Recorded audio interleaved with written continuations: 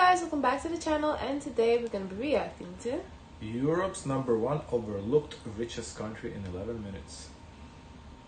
Welcome to Liechtenstein. You should consider visiting here on your next trip to Italy or Switzerland. It's so small that you may even forget it exists. But this country is one of the richest in the entire world. And I'm here to show you this tiny... So it's richest Europe's country. Is it? I didn't know that. I didn't know that either. I always kind of thought Switzerland. I don't know anything nation from this. is all about.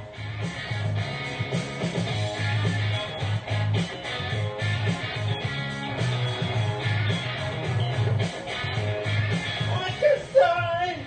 Liechtenstein! So how did a nation this small become so rich? Well, we'll get to that. Stick with me. Yeah, This how? place is unique. Only 25 kilometers from north to south and 9 kilometers east to west. 62 square miles, about the same size as Washington, D.C., more or less.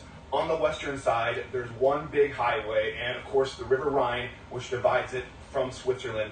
On the east, well, it's the Alps, and over there is Austria. It's only one of 2 countries in the entire world that's double landlocked, the other one being Uzbekistan. And by that I mean it has 1 country and 2 countries separating it from water, from the open seas.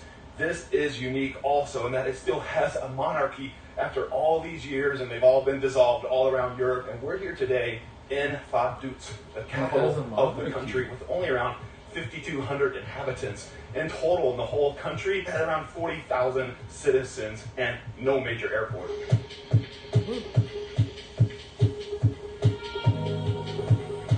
I wonder how does the monarchy work though? That's so interesting. And the country still be wealthy. Yeah. You get to stroll through a capital where the royal family still lives in a castle right above you. That's the Vaduz capital right there, towering above the city of Vaduz. And yeah, the royal family's still in charge here. How did they come in charge? Well, it was a matter of money. Back in the days, in the 1600s or so, the Liechtenstein family wanted to be royalty. They wanted their own kingdom, and the only way they could do it was purchase this bit of land here that is now Liechtenstein, to become theirs, and then they could become the rulers of this land. This was back in the 1600s. They did so, and they didn't even live here for many years. It wasn't until the 1900s when they moved their residence here to Liechtenstein. And after all these years, they're still in control. The king, he's called Hans Adam II. His son, the crown prince, it does a lot of administrative work here, Alois. I hope I'm pronouncing the name right. They live up there in the castle. We can't visit this castle, but it's opened up once a year on August 15th when they have the festival. And all the townspeople, anyone in the country is welcomed up there. They have beers, and the royal family is quite welcomed here. And out of all the, I think, 12 nation states in Europe that still has a monarchy, this is one where the monarchy is still so strong. You have the place like the Vatican, which still has an absolute monarchy, but most of the places now are constitutional monarchies. Think like Great Britain.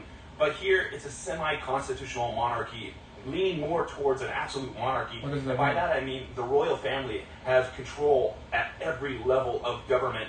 In 2003, there was a referendum to limit their control, and the royalty threatened to leave the country and take all their money with them if that referendum was to stick. Well, it didn't, and the royal family is still well in charge here. So how much money they got? A lot. They said you guys will turn broke if we pack up our money and go. A, how much money they got, and B, where does that money come from? Yeah, because they have no water access. Like, yeah, so interesting. I just wish we could get up to that castle. I wonder if everyone from Remember how I Liechtenstein said stay in Liechtenstein, or if they leave Liechtenstein, because I don't know anyone from Liechtenstein. Well, we said it's like what population is 40K or something. So Yeah. how would you know? That's what I'm wondering. So 2 little people. Explain don't know. to how a country this small became so rich. Well, it struck gold, green currency, when it offered itself as a tax haven to tax dodgers all around the world, a bit like Switzerland over to the west. In fact, Zurich is only an hour's drive from here across the river and over to the west. Now, doing so over the years, it became a financial powerhouse. It has other big industries. For instance, I think it's the largest exporter of dentures in the entire world. Really? But its financial hub, well, that powers the whole country and makes it one of the richest countries per capita in the entire world. There are more banks when you walk around here than bakeries, and there's a good reason why, with all the financial dealings that are going on. Now in 2008, there was a bit of a meltdown. That's a trade-off. I wonder how. Okay, so it's just a tax haven. I get that. But how do they have money? Because people just in tax haven, they just use the banks, park the money, and that's it. Like they don't. That money just stays parked. It's not like, you know.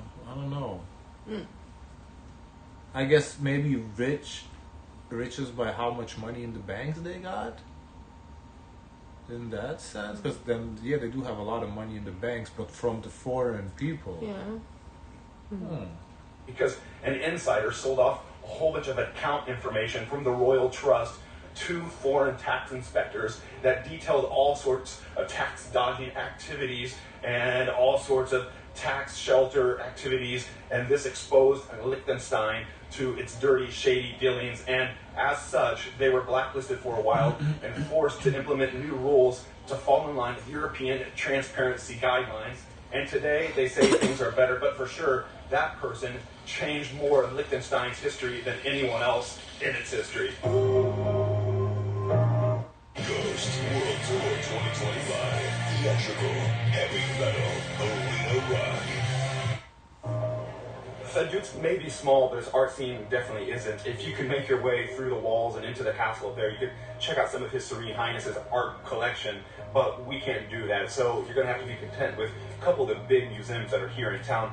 One is that black cubicle building, the Modern Art Museum. In there, it's pretty cool. Walk around. Also, there's the National Art Museum that houses many significant art pieces, also art pieces that are connected with the country's history. So you get to learn a little bit about the history of Liechtenstein when you're in there as well. Now, one of the things I enjoy just walking the main drag here of. I wonder how expensive it is. Like the the food, the restaurants, and like the hotels and everything. I never heard of anyone going to visit Liechtenstein. Me neither. Like Switzerland, I heard, but Liechtenstein, not like that. What do they even eat?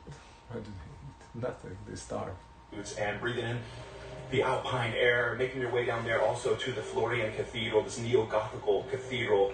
All of it together makes Vaduz, I think, worth a train ride over from Zurich, which is what I'm doing here today.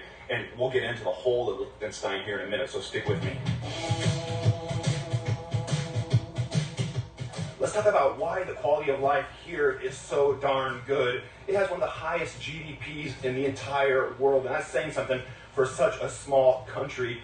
Of all the big companies that have their tax havens, their banks sheltered here in the capital of Vaduz, it's around 180 billion with a B dollars that are housed here in tax shelters and so on in the banks through all the diverse companies. And that means through reinvestments, through interest, Liechtenstein is continually gaining. Oh, interest. That's how they're making their money.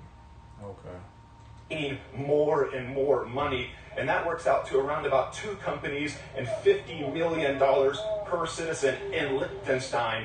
For a country so small, with more companies based here than cows, Liechtenstein punches well above its weight. And to give you an idea of the net worth of Hans Adam II, His Highness, he has a net worth of around 4 billion with the B dollars. That's massive. In contrast, King Charles in Great Britain only has a $500,000 net worth. Now, stick with me. I'll get to why I think Liechtenstein is often overlooked for its neighbor Switzerland or nearby Italy. The quality of life here is pretty impressive, even though Vaduz is a sleepy little capital town. You're not going to find traffic jams here.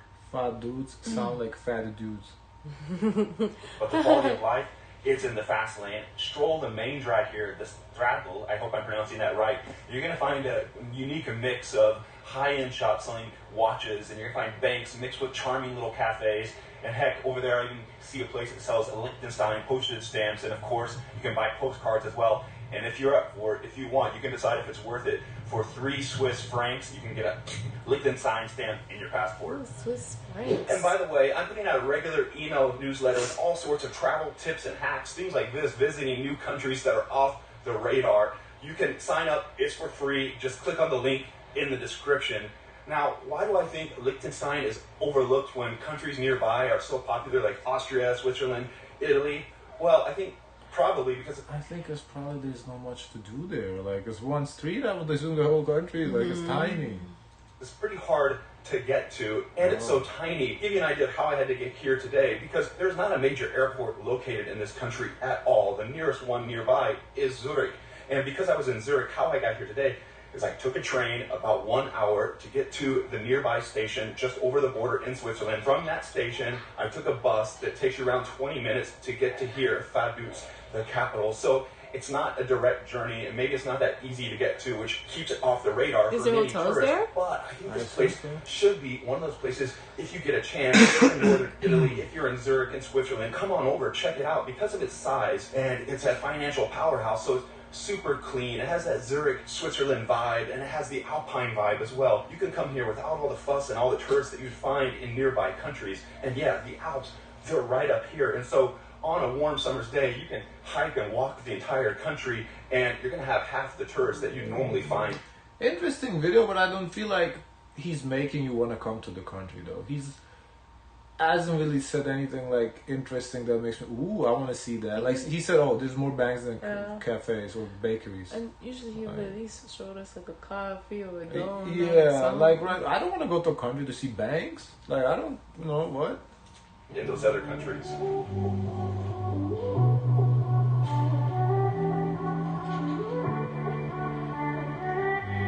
It's so damn cool. And for me, it's country number 67. So make it a mission. The next time you're traveling around Europe, take a detour and come to this tiny, rich kingdom, Liechtenstein.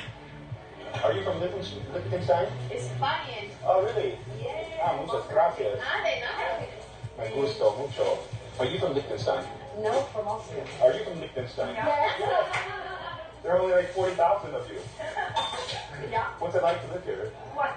Yeah. Very good. You're rich. No. I thought Not all people in Liechtenstein are rich. just the money's in the banks. Yeah, the money's in the bank. But they call it Yeah. Well, yeah.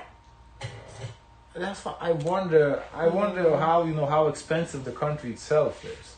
Because if the country's expensive, money's in the banks, then is that good for people who live there? I don't know. They don't feel the money. Maybe you need to travel more to Liechtenstein to understand it a little better. Because this was an interesting video because I didn't really know anything about it, but it didn't really make it look appealing either.